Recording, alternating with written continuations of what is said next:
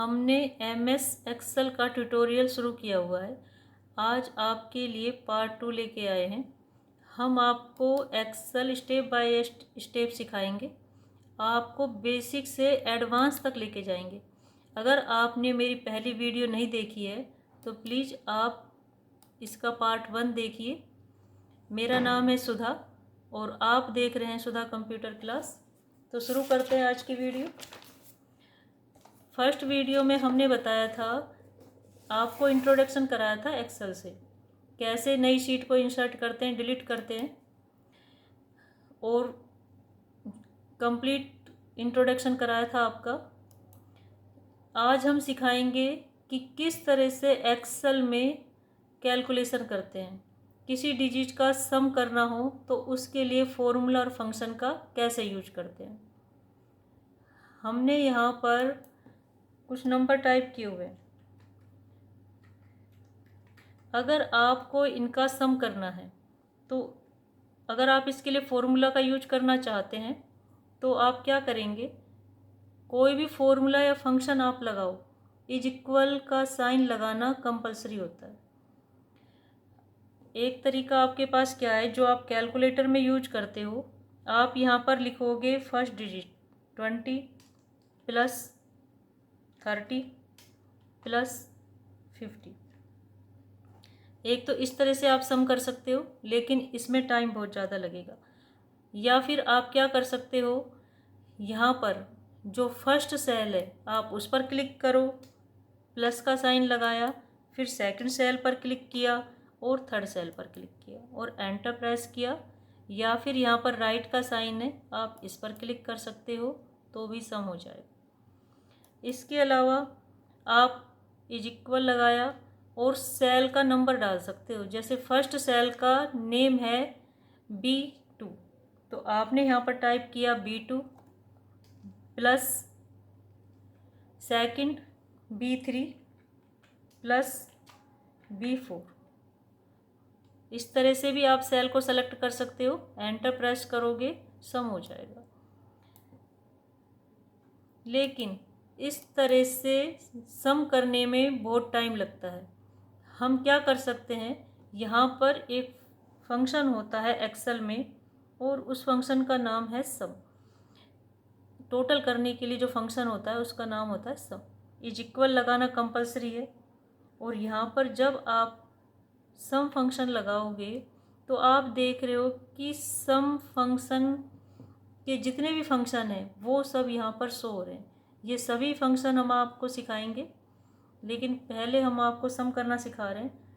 जैसे ही यहाँ पर सम हाईलाइट हो रहा है आप उस पर डबल क्लिक कर सकते हो या आप टैब को भी प्रेस कर सकते हो। मैंने यहाँ पर टैब को प्रेस किया, सम फंक्शन लग गया और ब्रैकेट ओपन हो गया। जो किसी भी फंक्शन में बहुत ज़रूरी होता है, इज इक्वल लगाना और ब्रैकेट ओपन करना। आप क्या कर सकते हो, आपको इन सभी डिजिट का सम करना है तो एक तरीका तो यह है कि आप फर्स्ट वाले सेल पर क्लिक करो और इस तरह से ड्रैग करते हुए आ जाओ। तो इससे क्या होगा कि सभी सेल सेलेक्ट हो जाएंगे, उनकी रेंज ये ले लेगा। ब्रैकेट को क्लोज करना है, शिफ्ट के साथ ब्रैकेट को प्रेस करना है और एंटर करना है। इस तरह से सम हो जाएगा। या फिर आप क्या कर सकते हो कि यहाँ पर इज इक्वल सम और आप फर्स्ट सेल का एड्रेस डालोगे B2, कोलन का साइन लगाओगे। अगर आपके पास बहुत ज़्यादा सेल हैं जिनका आपको सम करना है तो आप फर्स्ट सेल का नेम डाल सकते हो, उसके बाद कोलन और लास्ट सेल का नेम डाल सकते हो B4। ये रेंज अपने आप ले लेगा, सिर्फ आपको ब्रैकेट क्लोज करके एंटर करना है। इसके अलावा एक शॉर्टकट की होती है सम करने के लिए, वो होता है ऑल्ट के साथ इज इक्वल को प्रेस करना। उससे क्या होगा कि सम का फंक्शन भी अपने आप लग जाएगा और रेंज भी ये ले लेगा। अगर वैल्यू अप में है तो ये अप से रेंज लेगा, लेफ़्ट या लेफ़्ट में है तो ये लेफ़्ट से रेंज ले लेता है। और इस तरह से आप शॉर्टकट की का यूज करके भी सम कर सकते हो। अच्छा, मैंने यहाँ पर कोई और डिजिट टाइप की है।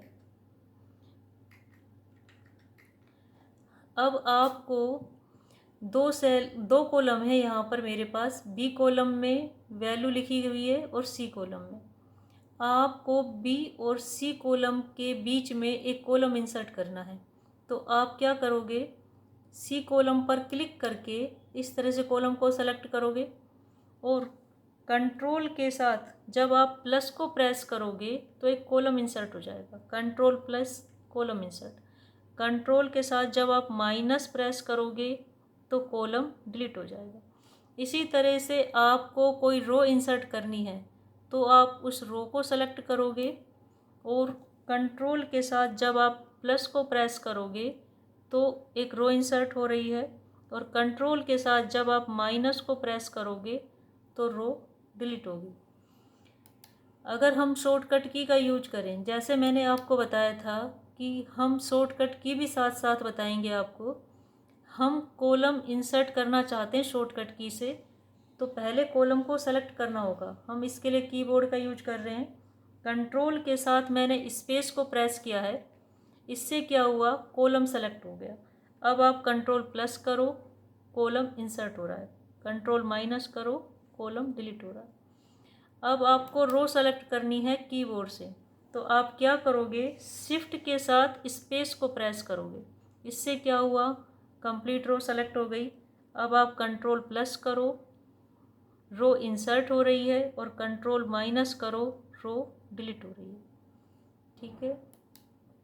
अच्छा, एक बात और जो मेन प्रॉब्लम आपको काम करते हुए आती है वो क्या है, जब भी आप काम करते हो तो किसी टैब पर अगर आपसे गलती से डबल क्लिक हो जाए तो क्या होता है कि वहाँ से कमांड्स हाइड हो जाती है और जब आप कोई काम करने के लिए उस टैब पर क्लिक करते हो तो वो कमांड फिर से शो हो जाती है और बाहर आप क्लिक करते हो तो वो कमांड्स हाइड हो जाती हैं।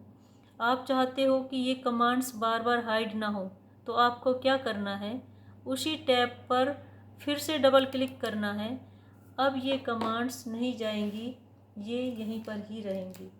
इस तरह से आप अपने काम को आसान बना सकते हो। इसके अलावा एक्सेल में जो सीट होती है बाय डिफ़ॉल्ट आपको 3 सीट मिलती है। जब भी आप एक्सेल ओपन करते हैं बाय डिफ़ॉल्ट 3 सीट होती है। आप ये चाहते हो, कोई ऐसा काम कर रहे हो कि मैं जब भी एक्सेल ओपन करूं मुझे 8 सीट या 10 सीट चाहिए, तो उसके लिए आपको ऑफिस बटन में जाना है। ऑफिस बटन से आपको एक्सेल ऑप्शन में जाना है और यहाँ पर इंक्लूड दिस मैनी सीट, तो यहाँ पर आप क्या करोगे, सीट के जो नंबर यहाँ पर आप सेट कर दोगे। जैसे मैंने यहाँ पर 10 सेट कर दिया और ओके करोगे तो जब भी आप एक्सेल ओपन करोगे यहाँ पर आपको 10 सीट ही मिलेगी। और यहाँ पर जैसे फ़ॉन्ट साइज़ दिया हुआ है 11, अगर आप यहाँ पर फ़ॉन्ट साइज 14, 16 जो भी सेट कर दोगे आपको वो फ़ॉन्ट साइज़ यहाँ पर मिलेगा। ठीक है, मैंने ओके किया। अभी तो सीट यही रहेगी, लेकिन जब भी आप क्लोज करके एक्सेल को ओपन करोगे तो जो सीट आपने वहाँ पर सेट की है उतनी ही सीट आपको यहाँ पर मिलेगी। ठीक है। अच्छा, इसके अलावा आप कोई नाम की लिस्ट बना रहे हैं, आप ये चाहते हैं, एक्सेल में हमें बार बार टेबल बनानी पड़ती है, तो हम ये चाहते हैं कि बार बार नाम टाइप करने में जो टाइम लगता है वो टाइम ना लगे, वो टाइम हमारा बच जाए। तो उसके लिए क्या है कि आप नेम की लिस्ट भी बना सकते हो। वो कैसे बनेगी, मैंने यहाँ पर कुछ नाम टाइप किए, मैं स्टार्टिंग में अपना नाम डाल लेती हूँ।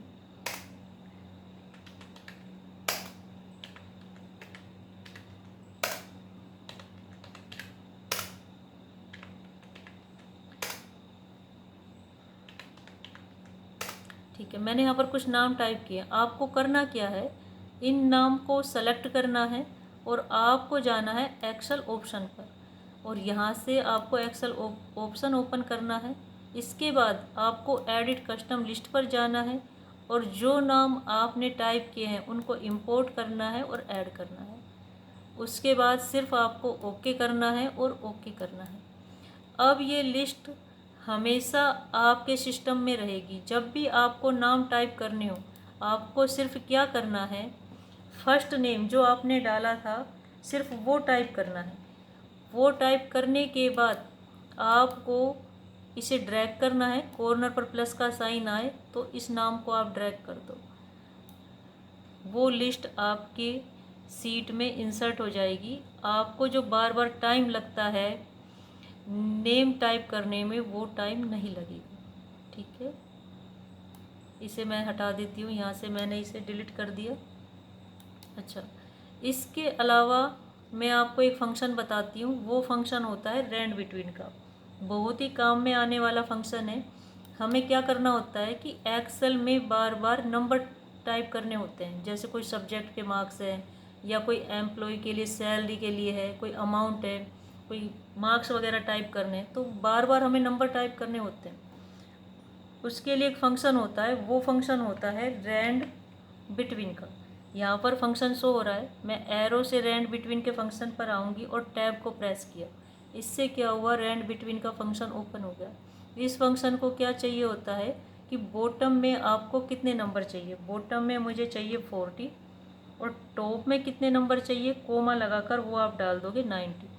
ब्रैकेट को क्लोज किया।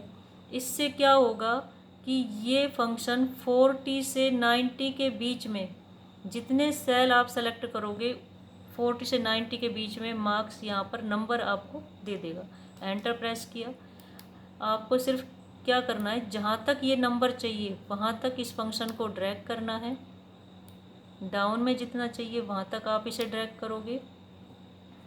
या फिर आप क्या कर सकते हो कि मैंने इसे डिलीट किया, ठीक है, इसे डिलीट किया। आपको इस फंक्शन को राइट साइड में ड्रैग करना है, तो आप क्या करोगे, उन सेल को सेलेक्ट करोगे। सेलेक्ट करने के लिए अगर आपको कीबोर्ड का यूज करना है तो शिफ्ट के साथ एरो को प्रेस करोगे और कंट्रोल के साथ आर प्रेस करोगे। कंट्रोल के साथ आर का मतलब होता है फंक्शन को राइट में ड्रैग करना। अब यही फंक्शन आपको डाउन में भी करना है, तो शिफ्ट के साथ मैंने डाउन एरो को प्रेस किया जहाँ तक मुझे चाहिए। डाउन एरो को प्रेस करने से आपका सेल सेलेक्ट हो गया। अब आपको कंट्रोल के साथ डी को प्रेस करना है। इससे क्या हुआ, आपका फंक्शन डाउन में फिल हो गया।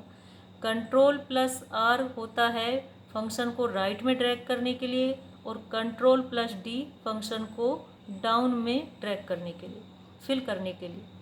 ठीक है, अब आपको क्या करना है, सिर्फ कंट्रोल के साथ सी प्रेस करना है। इससे क्या हुआ, जो आपके सेल थे वो कॉपी हो गए।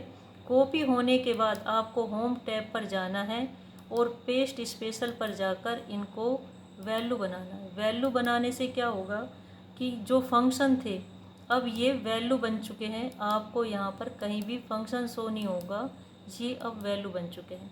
इस तरह से आप जो नंबर टाइप करने में टाइम है वो बहुत ही कम लगेगा, आप ये फंक्शन लगा सकते हैं। आज के वीडियो में हमने बहुत ही इम्पोर्टेंट बातों को सीखा है। नेक्स्ट वीडियो में हम होम टैब को स्टार्ट करेंगे। आज की वीडियो में इतना ही।